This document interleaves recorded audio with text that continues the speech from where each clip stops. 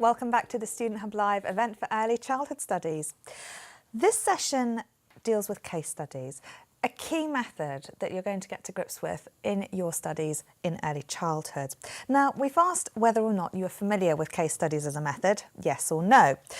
You might be familiar with case studies but aren't aware of them as a method, and in that case, put something in the chat about maybe what case study means to you, or in fact, what methods mean to you. So I'm joined by Natalie and Sue, and we're going to talk about what case studies are. So Sue, I wonder if you could sort of briefly outline what we mean by a case study. Yeah, so in terms of research, actually, case study is a recognised method of investigating an individual or a group or a situation over time. Basically, that's it. So people might be familiar with Robert Winston's programme, Child of Our Time. That is a case study. You know, he's featured a cohort of children born in 2000, and we've seen how they've developed over time. So we use similar kind of approach to learning and teaching in our module. We have a case study, but Natalie's going to talk about our particular child a bit later on. Now, I've been talking to Menna about mud play. Is that a case study? Yes, actually, Menna's chapter is a really good example of a case study in action, in that, well, Menna started off her part of the session by talking about her early experiences of playing outdoors and how that has influenced what she sees as important and significant to play. And the chapter itself is a reflective piece of work, because Menna has looked at pioneers of play, theories of play, what people have said about the types of play that children have needed. She's observed practice in her setting. She's represented the child's experience and the child's responses to that in order to come up with a wonderful mud kitchen, and that has itself precipitated Menna's further research. So it's a really good reflective case study in action. Natalie, I wonder if you could tell us about what case study means to you, because I mean, Sue's mentioned that it's a very in-depth study, sometimes over time, perhaps not always over time as well. But as a method, what do you say one of the strengths of it are compared to other things like maybe empirical studies or other forms of research that we often rely on? So with case study, you get to really understand what's perhaps happening in a situation. So it's not just seeing a snapshot of time, it's understanding all of the different things that contribute to perhaps looking at a snapshot of time. So you're thinking about the different contexts that support children in a case study situation. So what are the things that are contributing to the way in which that child plays or acts within a certain situation, and what does that kind of mean for them? So it's not just about then looking at the child, but all of the other things that influence that child. So for example, the parents, grandparents, the different settings that perhaps that child has access to. And building up that kind of knowledge and understanding of one particular child as a case study means that then you can think about the different learning that happens within the module in relation to that child. So if you haven't got any other experience to draw on, you can draw on the different case studies and think, well, what's it like for that child? What does that mean for that child?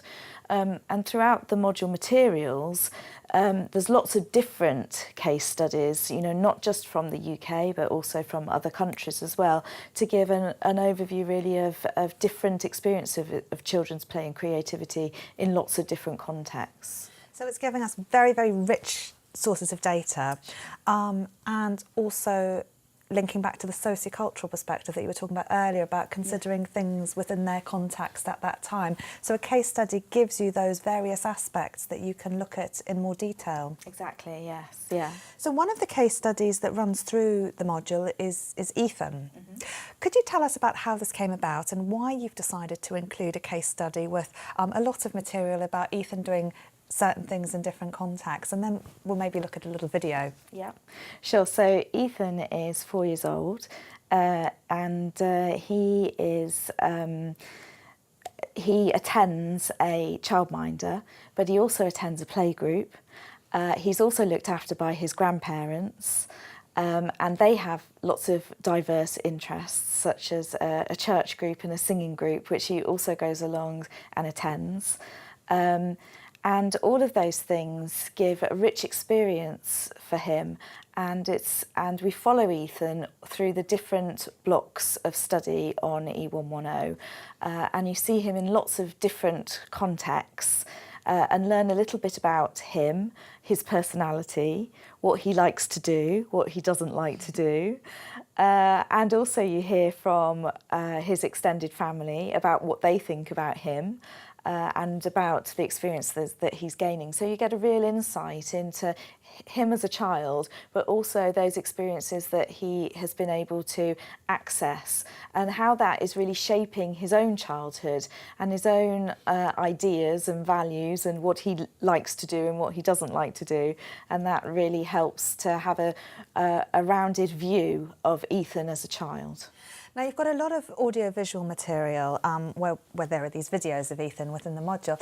How do you encourage students to learn from that? Do you give them questions that they might look at before watching a video, so that you're almost directing them to focus on different aspects? That's right. So usually we ask students to watch the video first, and then there'll be an activity based on that video. So it will be either some questions or some things that link the video to perhaps the chapter that they've been reading in the module materials, so that they can see kind of the development of their linking of the theory and the practice together.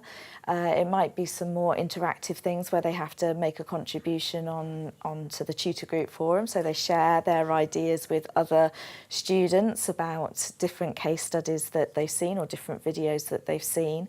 So we use a variety of ways, so that it's not just about watching the video, it's actually about engaging with what students are seeing on the video, and that helps develop their learning. And promoting their reflection, actually. Yeah. That's the key thing about the activities. Yeah. So shall we show students a brief video? What would you like to say about it? Yeah. So this video is Ethan. He's at play school and he's building a tower, and it's quite interesting just to watch sort of how he's positioning himself within that situation with the other two children that are involved, and kind of what he's. You can see his kind of thought process as you're actually watching that video about what he intends to happen. Well, let's see this, and you can guide us through if you wish. All right.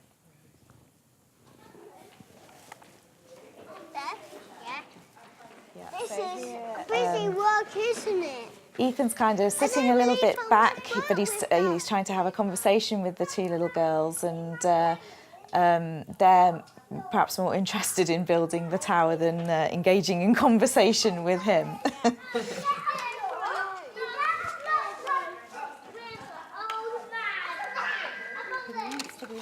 He's picking up the bricks, so he's sending out those play signals, Natalie, isn't he? Yeah. He's kind of figuring out how can I get in on this, but without kind of taking over or upsetting those other two children. He wants to be involved, but he's not quite sure how to. I'm sure he's thinking, should I push the tower over? Don't let it fall, don't let it fall. So what is the corresponding activity then that links with this video? Yeah. So it's thinking about kind of how observing what Ethan is doing. He's kind of now, he doesn't want that tower to fall, but you'll see in a minute how he changes his mind there. Yeah. As it gets higher. So it's about sort of your observation skills and thinking about really what Ethan is doing and how he is interacting with those other two children. So the actual building of the tower is not the most significant part here. It's more about his relationships, how he's building those relationships with those other two children. You see how he's making eye contact with them, how he's smiling with them, how he wants to talk with them, but also he he's sat a little bit back as well, so he's not completely engaged in that, and thinking about how he's negotiating those social situations with those other two girls. Now, we can't hear what Ethan's saying because we're listening to us right now, but how significant is that in terms of what language might be happening in this setting? Yeah, so it's, language is important, and he does have good language skills, but you can see there kind of like his intention of knocking that tower down is something that he really wanted to do all along, really. I did suspect that was the case. Yeah. Typical. But it's also about kind of those non-verbal cues that he's giving out through observing that video, and how he's kind of, for an adult observing that, it's kind of thinking about then how you might support him in building on those relationships with those two children, and how you might perhaps set up perhaps an activity where all of those children could engage in again. It might be perhaps using those same bricks again, if that seemed to be the focus of that activity, but also sort of how he negotiates those relationships with other children. So when using a case study like Ethan, how do you guide students through picking up on certain aspects that are important to perhaps the research question or the area of focus? Because it must be so easy to sort of miss things or to focus on the wrong things. If, for example, you're just interested in a dialogue, like I thought, I bet he's going to knock it down. I might have missed all of the other cues, and you may have been prompting me to think about something different. So how do you use case studies in terms of a framework to really focus on the research question that you're trying to consider? Well, in the module material books, each chapter within the book, it has a focus. So it's about a subject. And so therefore, when students are reading that chapter, within that they outline all of the different theory and some of the relevant research that relates to that. And then alongside that, there are case study examples of practitioners and children who are experiencing the same kind of things that we're talking about within those chapters. And the AV material, the online activities that students are directed to after they have read the chapter, they then build and support that as well. So there is always a focus on the particular thing that the learning outcome, the teaching point that we're making within the module materials is reflected then in the case study material that we're showing. So there may be other thing, obviously there's multiple things going on, but we're directing them particularly to a focus when they watch the video and then they complete the activity. And that's where if students come into the learning community on the forums or visit tutorials, that those themes and those particular issues can really be signposted and highlighted to them so that they're not going in the wrong direction. Now, so you and I were talking about reflection earlier, and I wonder if we could sort of link this whole idea about how case studies support reflection.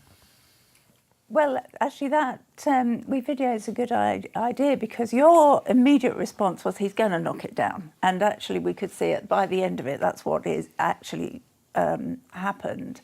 But with the materials suggesting to you that you might want to look for other things like the body language and the way he signals that he wants to be part of the activity, is encouraging you to kind of challenge that essential assumption and see how the dynamics of the interaction work out. And so for practitioners or for people who are learning about play, the notion that the case study enables you to kind of just step back and observe to learn, because you will learn from what the children are doing. If you kind of if you intervened with that because you could see Ethan was intending perhaps to knock the tower down, you could make an intervention that actually prevented him having the conversation with the children, having that relaxed little bit in the middle where they were contemplating the possibilities of what was going to happen. So that's where the reflection happens, really. Okay, but Natalie, you mentioned that you would guide students, so there might be an activity or questions that would follow a case study to encourage them to reflect, I guess, on their own.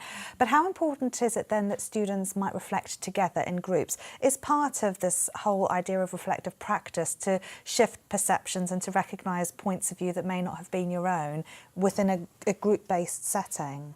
Mm-hmm. Yeah, so I mean, we use the tutor group forums, and we also use the learning events that happen all over the country. So that's the tutorials. That's the tutorials, yeah. So all of those things promote, you know, active discussion. What did you think of? How did you interpret that? And so people can share their ideas and things that they saw, and that helps learning generally. But it's also thinking about, you know, individual learning journeys and personal development as well. So thinking about where you're kind of at the beginning of the module, and the module reminds you all the way through to think about where they want to think about their learning and where they've been, where they are now, where they want to be in the future. So we're sort of always thinking about those reflective elements within the reading that they do and the activities that they do as well. And of course the case study ultimately is scaffolding people's ability to understand what the assignments are about. But also gives them the materials and the ideas that enable them to actually write in a deeper way and show their knowledge and their learning, rather than just describe what's going on in the video. Because we've all seen the video, so we don't need to describe it, if that makes sense. So the case studies are fairly fundamental in actually bringing everybody into the module, enabling everybody with the diverse range of experience to access the module and meet the module requirements, because we're all looking at the same material. Wonderful. Well, thank you very much both. It's all coming together very nicely. We're going to have a conclusion to this session in just a minute. But before we do that, we're going to show you a quick other video of our campus tour where we look at Walton Hall, and we'll be back to conclude with all three of our panellists in just a minute. Stay with us.